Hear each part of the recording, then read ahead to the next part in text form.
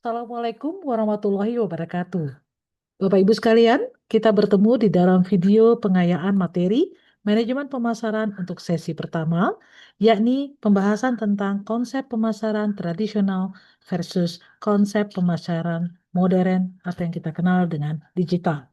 Izinkan saya untuk share screen materi berikut.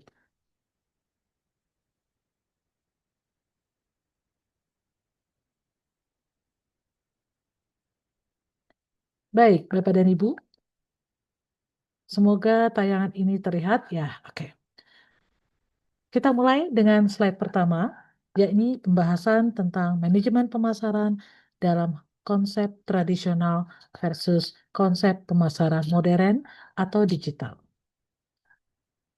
Definisi manajemen pemasaran itu sendiri, menurut Bapak Philip Kotler yang dikenal sebagai the father of marketing, Bapak marketing modern, merupakan sebagai suatu seni atau ilmu di dalam memilih sasaran untuk mendapatkan, menjaga, dan memuaskan pelanggan melalui penciptaan nilai. Ya, jadi bukan hanya sekedar menjual, laku, kemudian selesai, tetapi pelanggan tersebut akan terus melakukan pembelian ataupun repeated order. Kita mengenal ada 3 pendekatan strategi pemasaran. Yang pertama namanya adalah segmented atau S. S ini mengelompokkan, segmen ini adalah mengelompokkan pasar berdasarkan karakteristik tertentu. Setelah kita kelompokkan, maka akan dapat ditentukan target. Siapa sih sebetulnya segmen yang paling potensial dan menguntungkan di dalam pasar tersebut? Karena pasar itu heterogen ya, Bapak Ibu ya, beraneka ragam dari orang anak kecil sampai dengan orang tua, gitu ya. Nah, target kita siapa? Apakah anak-anak?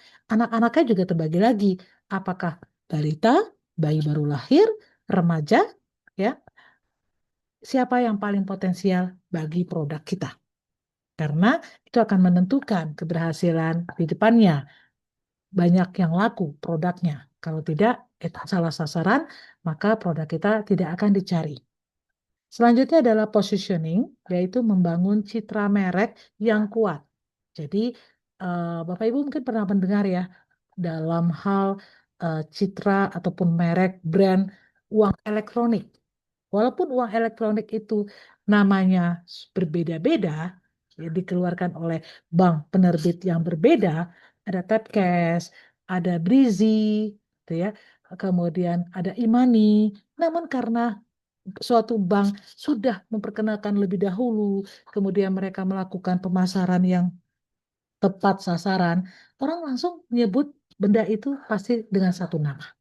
Hal lain seperti misalnya pasta gigi atau odol. Kita bilangnya adalah Pepsodent. Walaupun mungkin nanti Bapak Ibu pada saat pergi ke warung, Bapak Ibu dikasih bukan merek Pepsodent, tapi misalnya yang lain close up gitu ya. Tapi Bapak Ibu nerima gitu kan. Juga apa namanya kalau untuk minuman mineral tuh kita pasti menyebutnya ada Aqua. Padahal yang diberikan bukan Aqua.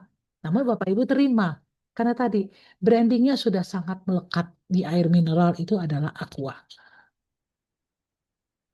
Nah, jenis pemasaran ini ada 2, yaitu pemasaran tradisional dan pemasaran modern. Apa sih pemasaran tradisional itu? Yuk kita lihat di sini. Pemasaran tradisional, namanya juga tradisional ya Bapak Ibu ya, konvensional. Jadi komunikasinya hanya satu arah. Seperti iklan-iklan yang Bapak lihat di televisi ataupun yang Bapak dengar di radio. Kita tidak bisa memberikan respon. Ya, kita tidak bisa berkomunikasi dengan si penjualnya tentang produk ataupun jasa yang ditawarkan. Kita tidak bisa bertanya. Jadi hanya satu arah.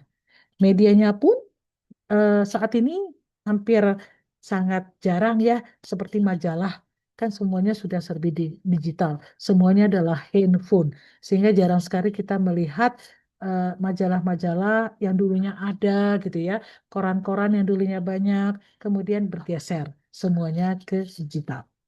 Demikian pula dengan penggunaan brosur. Karena cenderung kalau mendapatkan brosur itu adalah dibuang Bapak Ibu dan akhirnya menjadi sampah. Namun, tidak terkemungkinan ada perusahaan yang melakukan kombinasi antara tradisional versus digital. Jadi brosurnya tetap ada, namun mungkin jumlahnya lebih sedikit. Karena mereka tidak perlu lagi mencetak, tapi cukup mengupload saja di dalam media digital. Hemat, lebih costly ya kalau untuk brosur. Nah, tiga konsep pemasaran tradisional di sini yang pertama adalah konsep produk. Artinya, produk itu tersedia di pasar banyak sekali, Bapak Ibu. Masih ingat zaman COVID? Waktu itu semua orang mencari penutup hidung, masker, ya. Dan market pun merespon kebutuhan, keinginan masyarakat luas dengan menyediakan berbagai macam masker. Name it lah, mulai dari masker kesehatan, masker yang sifatnya fancy gitu ya, batik gitu ya, kemudian masker untuk anak-anak, mereka sediakan. Terlepas kembali pada pilihan konsumennya sendiri. Mau masker yang bagaimana, mau harga yang bagaimana. Setelah produksi yang melimpah ruah di pasar, masuklah kepada produk konsep.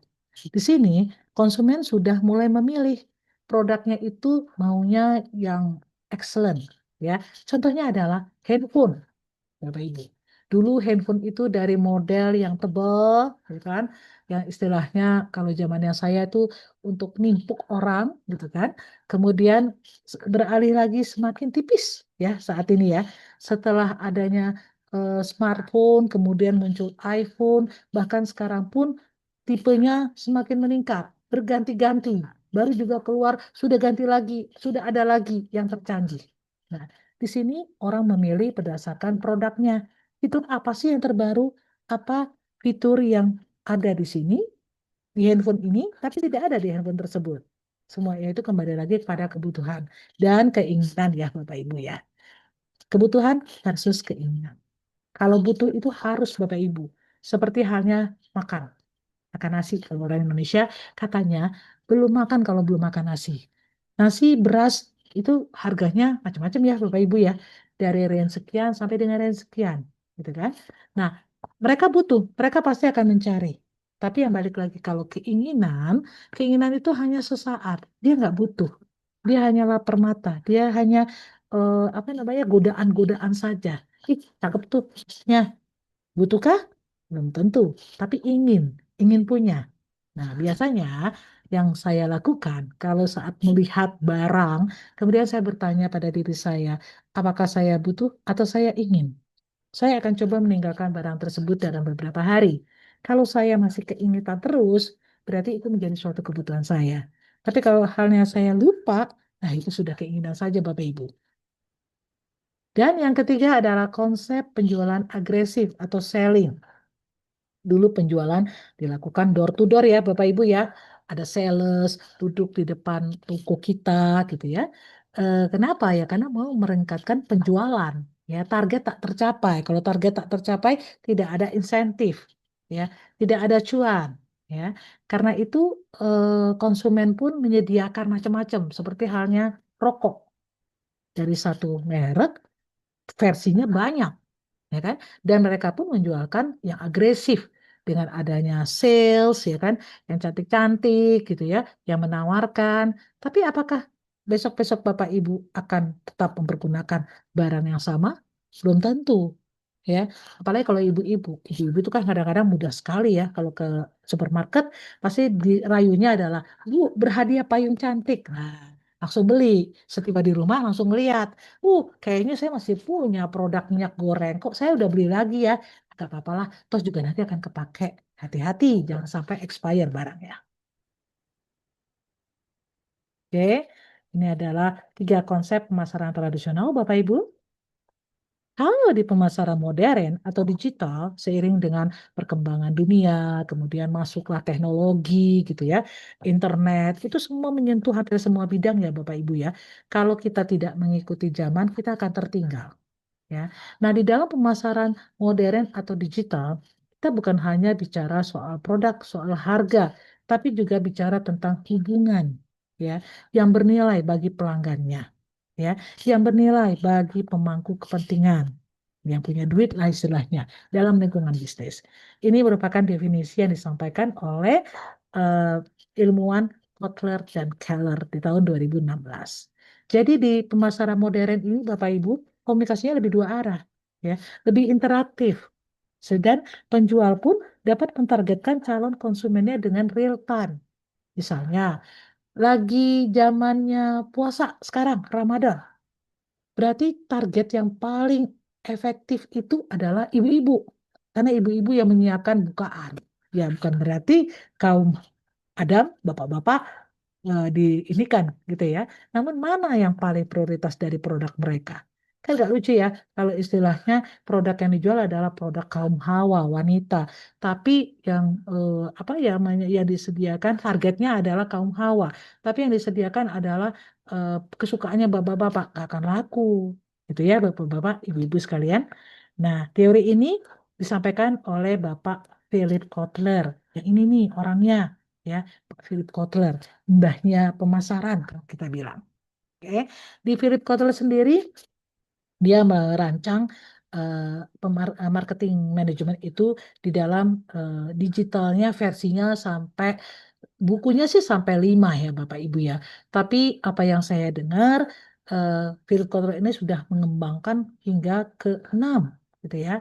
Jadi bukan lagi sebagai produk centric ya, berorientasi pada produk, tapi sudah berorientasi pada nilai ya kan dan menggandeng teknologi di situ. Oke, di pemasaran tradisional kita mengenal 3 konsep. Di pemasaran modern ditambah 4 Bapak Ibu. Yang pertama adalah marketing konsep. Nah, marketing kan sama Bu sama penjualan. Ini pengertiannya lebih dalam, ya kan? Karena kalau kita menjual, kita hanya membuat produk berdasarkan pabriknya kita. Misalnya baju. Saya pabrik baju. Oh ya, Ibu silakan buat baju. Tapi kan balik lagi nanya, baju yang apa? Baju yang seperti apa? Baju bayi, baju remaja, baju ibu-ibu, atau baju laki-laki, baju wanita? Ya kan, baju wanita kan sudah sangat banyak tuh. Mulai dari blazer, kemudian blus, kemudian gaun, kemudian kebaya, gitu ya, abaya, ya kan? Nah, karena itu di marketing modern ini dikonsentrasikan pada lagi-lagi kebutuhan dan keinginan pelanggan, di mana dalam suatu segmen ataupun kelompok tentunya berbeda-beda apa kebutuhan dan apa keinginannya. Istilahnya yang paling memenuhi apa yang dibutuhkan area tersebut, segmented tersebut, gitu ya. Di daerah A belum tentu sama kebutuhan dan keinginannya dengan daerah B. Ya, kembali lagi kepada lokal budaya juga, pengaruh faktor lingkungan, sosial ekonomi, gitu ya. Jadi konsumen juga ngapain sih punya gituan? Orang saya jarang pakai kebaya kok. Ya, beda halnya dengan misalnya di tanah Jawa. Nah, itu kan banyak acara-acara, ya kan? Acara-acara adat yang mengharuskan wanita dewasa itu adalah berkebaya. Oke. Yang kedua adalah sosial atau marketing konsep. Sorry. Di sini artinya memberikan perhatian kepada kesejahteraan masyarakat dan lingkungan. Jadi, eh, sebagai produsen, kita harus bukan saja mengejar dituntut untuk profit, profit, profit, keuntungan, keuntungan, keuntungan, tapi adalah faktor perhatiannya untuk kesejahteraan masyarakat. Misalnya sembako murah, ya kan, pasar murah, ya kan, itu kan dibutuhkan oleh masyarakat, ya.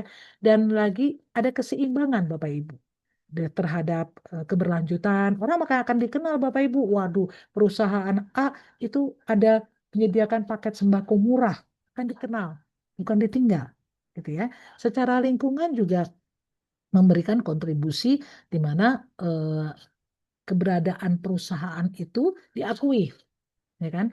Apalagi sekarang isunya itu adalah isu hijau dan berkelanjutan yang ramah lingkungan, ya.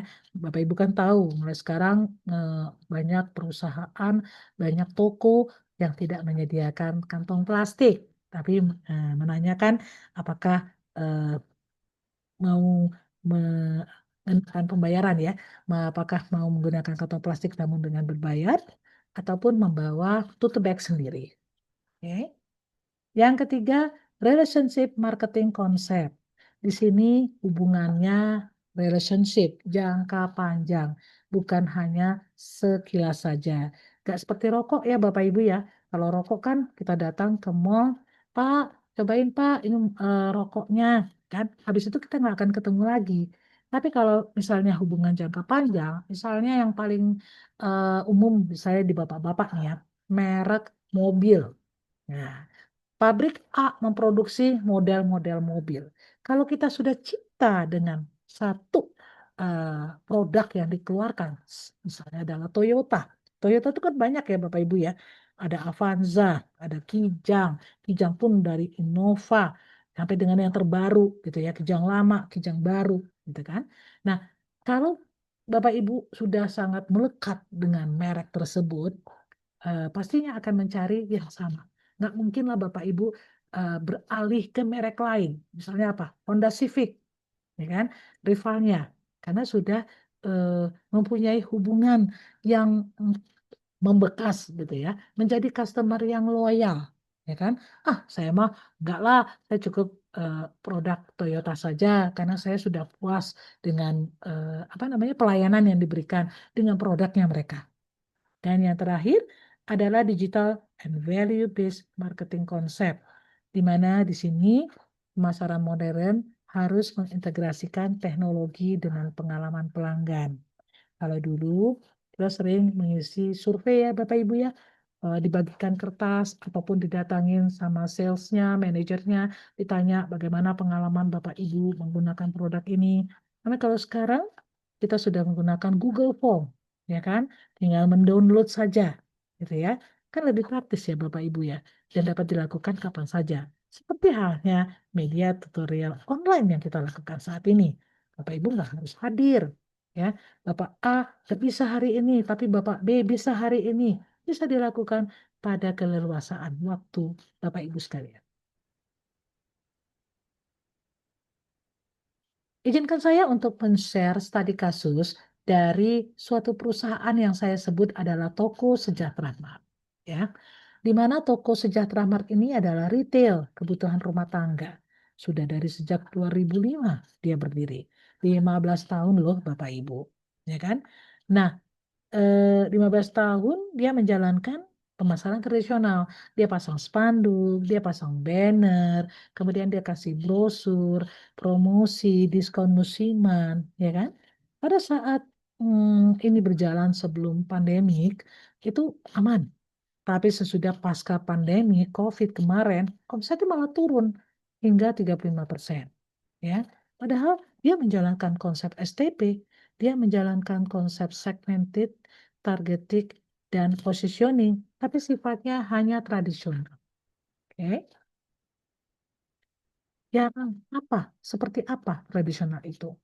Dia hanya menyediakan stok murah, misalnya masker sama bahan sembako. Dia nggak melihat lagi bahwa saat ini masker sudah tidak terlalu banyak dibutuhkan. Ada sih yang masih mencari ataupun menggunakan masker, namun tidak seheboh pada awal-awalnya. Ya, Bapak Ibu ya, saya aja sekarang kalau ngelihat eh, apa namanya hmm, koleksi masker saya, waduh, dari yang mulai kertas, kain, kemudian dari yang mulai berwarna, batik, gitu ya, warnanya warna-warni sesuai dengan baju, gitu kan. Tapi ya penggunaannya ya sudah sejarang waktu dulu pertama kali pandemik itu mulai ada. Nah, kemudian di tradisional ini dia menawarkan produk berkualitas tapi variasinya merek, ya kan? Jadi ada merek-mereknya. Ibu mau pasta gigi. Oke, kalau pasta gigi untuk ini, yang ini ya, mereknya bermacam-macam. Nah, seperti misalnya air mineral, Bapak Ibu. Air mineral itu kan satu pabrik bisa memproduksi merek yang berbeda, gitu ya, karena dia tahu level kelasnya, gitu ya, macam-macam. Rokok yang tadi, ya kan, gudang garam, tapi macam-macam merahnya pun ada yang merah darah, ada yang logonya tengah, ada yang logonya di pinggir, gitu ya, Bapak Ibu ya. Jadi variasi merek. Dia pun melakukan promosi, apa, diskon, ya kan, iklan radio, ya kan. Tapi zamannya sekarang, berapa sering sih Bapak Ibu mendengarkan radio? Kalau yang Gen Z, yang muda-muda nih, kebanyakan adalah Netflix, betul nggak?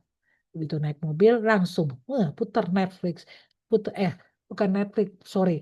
apa Spotify, Sporty, ya kan? Lagu-lagu. Kalau Netflix mah di TV ya Bapak Ibu ya. Kalau bosen nonton Netflix, jadi tidak perlu lagi pergi ke bioskop. Di dalam pemasaran tradisional ternyata toko ini menghadapi masalah. Apa saja? Pertama ya komunikasinya satu arah, karena kan tadi di radio, ya kan, orang nggak bisa langsung komen, langsung nanya via radio, ya kan.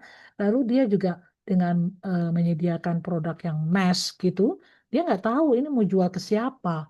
Apakah mau jual ke dokter? Kalau ke dokter, banyak dokter yang mencari tentu adalah masker medis, ya kan. Atau menjual ke anak-anak, wah kalau anak-anak berarti ukurannya harus disesuaikan ya. Jadi dia ngacak gitu loh Bapak Ibu. Tidak tahu mau menghadapi ataupun menjual kepada siapa. Ibaratnya kalau berburu ya Bapak Ibu ya, kita pakai satu senjata hanya untuk menangkap seekor burung pipit gitu misalnya. Aduh mah itu mah nggak perlu pakai senjata, pakai batu aja udah mati kok. Ya, lalu di dalam tradisional tidak bisa mengukur efektivitas iklan. Nggak tahu tuh berapa banyak ya yang udah dengar iklan saya, ya kan? Terus iklan saya ada yang nanya nggak? Atau ada yang mengeluh nggak? Ada pertanyaan nggak dari konsumen terhadap produk yang saya jual, ya kan? Dan fakta berikutnya adalah karena waktu COVID kita dilarang untuk berinteraksi secara langsung, pekerjaan pun sekarang sudah jadi dua model, bahkan tiga ya Bapak Ibu ya. Work from office, work from home, terus ada lagi work from anywhere. Ini kalau anak-anak muda nih yang sekarang mengatakan anywhere, mau di kafe gitu ya, terserah gitu kan. Jadi konsumen sudah beralih ke market online. Karena itu ada perubahan lingkungan yang dihadapi. Apa itu? Yaitu karakter konsumennya. Konsumen sekarang pasti membandingkan harga melalui marketplace. Itu saya sekali, ibu-ibu banget gitu ya. Tadi dulu, ini berapa ya? Di toko marketplace yang ini harganya berapa? Kalau yang ini harganya berapa? Dibandingkan ya.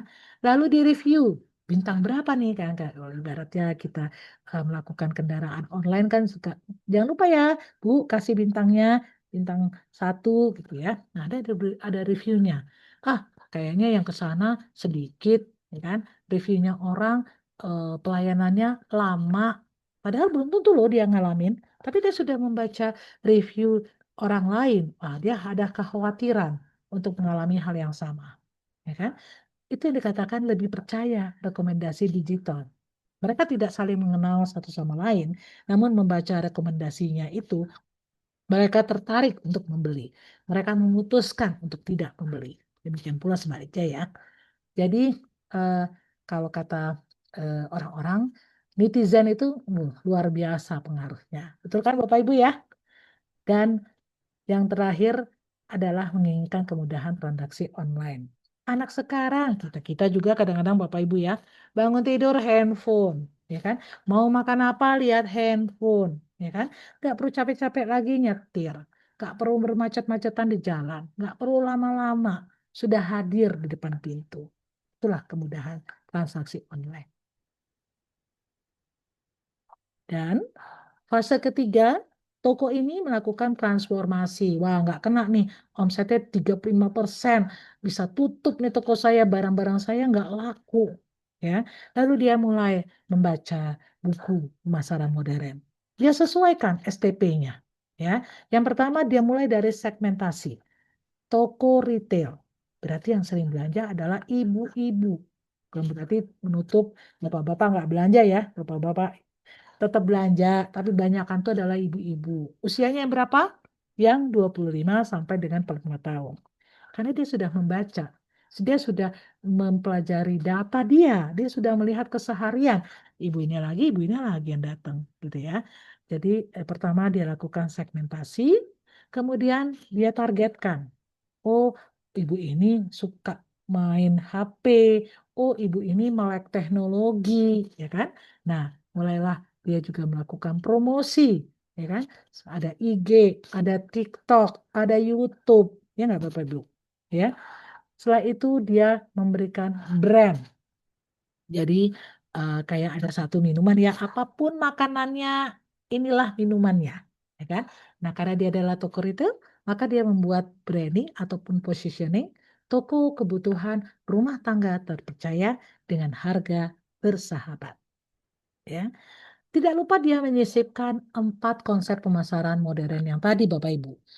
Dia fokus dulu, dia pahami kebutuhan pelanggan. Dari mana? Dari obrolan-obrolan, dari kebiasaan-kebiasaan yang dilakukan. Oh, ibu ini suka beli kecap ya, kan? Ya mungkin anaknya suka makan nasi goreng, ya kan? Sehingga butuh kecap. Nah, perlu ada nih kecap nih. Jadi stoknya tuh harus dipastikan ada, ya kan? Karena ada kebutuhan, Bapak Ibu.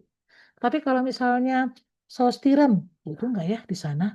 Sering nggak ya orang memasak makanan yang lebih modern gitu ya, yang pakai saus tiramnya, oke, perlu ada, tapi jumlahnya mungkin nggak terlalu banyak.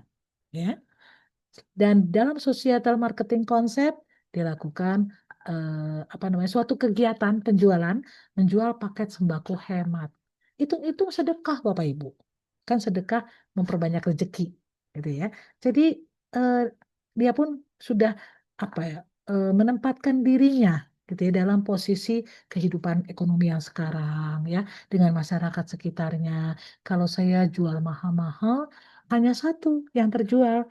Tapi kalau saya kasih murah, memang itu untungnya sedikit, tipis lah istilahnya. Tapi berulang, dia akan datang lagi, datang lagi, datang lagi. Misalnya nih Bapak Ibu, pernah dengarkah ada penjualan sarapan yang harganya 10 ribuan, ya kan? Betapa banyak orang yang ngantri, gitu kan? Kalau dipikir-pikir ngelihat menunya, ini apa dapet ya 10 ribu ya dengan telur misalnya, kemudian ada dagingnya gitu ya, tipis sekali ya. Lalu ada relationship marketing konsep di mana di sini mulai mereka melakukan reward ataupun penghargaan gitu ya. Setiap yang belanja ditanya, Bu, nomor handphonenya berapa? Bu, nanti kalau poinnya sudah sekian bisa tebus murah ya, Bu. Ya. Lalu juga dia mengirimkan promosi-promosi melalui grup WhatsApp, ya kan? Eh, ada barang baru nih, kayak misalnya tadi konsumen Toyota gitu ya. Toyota mengatakan, hey ada varian baru, hey ada model terbaru dengan fitur yang bla bla bla bla bla, ya kan? Jadi mereka melakukan promosi yang lebih murah ya Bapak Ibu ya, nggak perlu lagi ke radio, bayar televisi, itu kan mahal ya iklan ya, pasang billboard gitu kan ya, itu mahal sekali gitu ya. Dan keefektifannya juga lebih efektif dari grup WhatsApp gitu kan. Apa sih yang sekarang apakah kita sering melihat bahwa ada iklan, kalau iklannya besar sih colok ya Bapak Ibu ya, tapi kalau kecil kan suka sekilas, tidak terlihat gitu ya. Kemudian yang terakhir adalah digital value marketing konsep, membuka akun IG, Instagram, TikTok, ya kan? Wah, udah perlu tuh Bapak Ibu, karena sekarang ini udah zamannya. Jadi ikutilah, lakukanlah ATM, amati, tiru, modify, supaya Bapak Ibu juga tidak dianggap plagiat, ya kan? Melanggar hak cipta, ya. Dan perlunya bergabung dengan marketplace yang sudah ada, karena mereka pasti akan di sana. Itu kehadiran toko kita akan menambah apa ya variasi dari eh, barang yang ada, gitu ya. Dan itu kembali lagi kepada konsumen. Oke. Terakhir, hasil daripada transformasi itu terlihat dalam waktu 8 bulan, Bapak Ibu. Kalau tadi omsetnya turun 35%, sekarang omsetnya meningkat 40%. Ya, setelah dibedah lagi, ternyata itu berasal dari transaksi online. Bayangkan Bapak Ibu, kalau hanya melakukan transaksi tradisional, buka warung, nungguin dari pagi sampai sore, gak ada yang datang, ya kan? Barang yang terjual sedikit. Tapi dengan online, tanpa perlu eh, apa namanya kita itu melayani, capek melayani gitu ya. Kemudian perlu adanya penjaga atau wiraniaga gitu ya, transaksi kita naik ya. Kemudian repeat order meningkat, pesan lagi, pesan lagi, pesan lagi ya. Dan kalau pelanggannya kasih review positif, tadi ulasan gitu ya. Nah, itu bagaikan promosi yang tak dibayar. Nggak bayar loh, pelanggannya puas, dia ngasih review positif. Apakah berbayar? Bapak Ibu membayar ke sana? Tidak, ya kan? Sehingga promosi dilakukan melalui word of mouth. Baik, Bapak Ibu, itulah materi pengayaan untuk sesi pembelajaran manajemen pemasaran yang pertama, yakni pemasaran tradisional versus pemasaran modern atau digital. Sekian dari saya. Silakan saya buka diskusi dalam ruang forum diskusi dan juga jangan lupa untuk mengerjakan tugas yang telah disediakan. Izin Bapak Ibu, saya stop screen. Saya akhiri dengan wabillahi taufiq wal hidayah. Assalamualaikum warahmatullahi wabarakatuh. Sampai bertemu pada sesi pembelajaran berikutnya.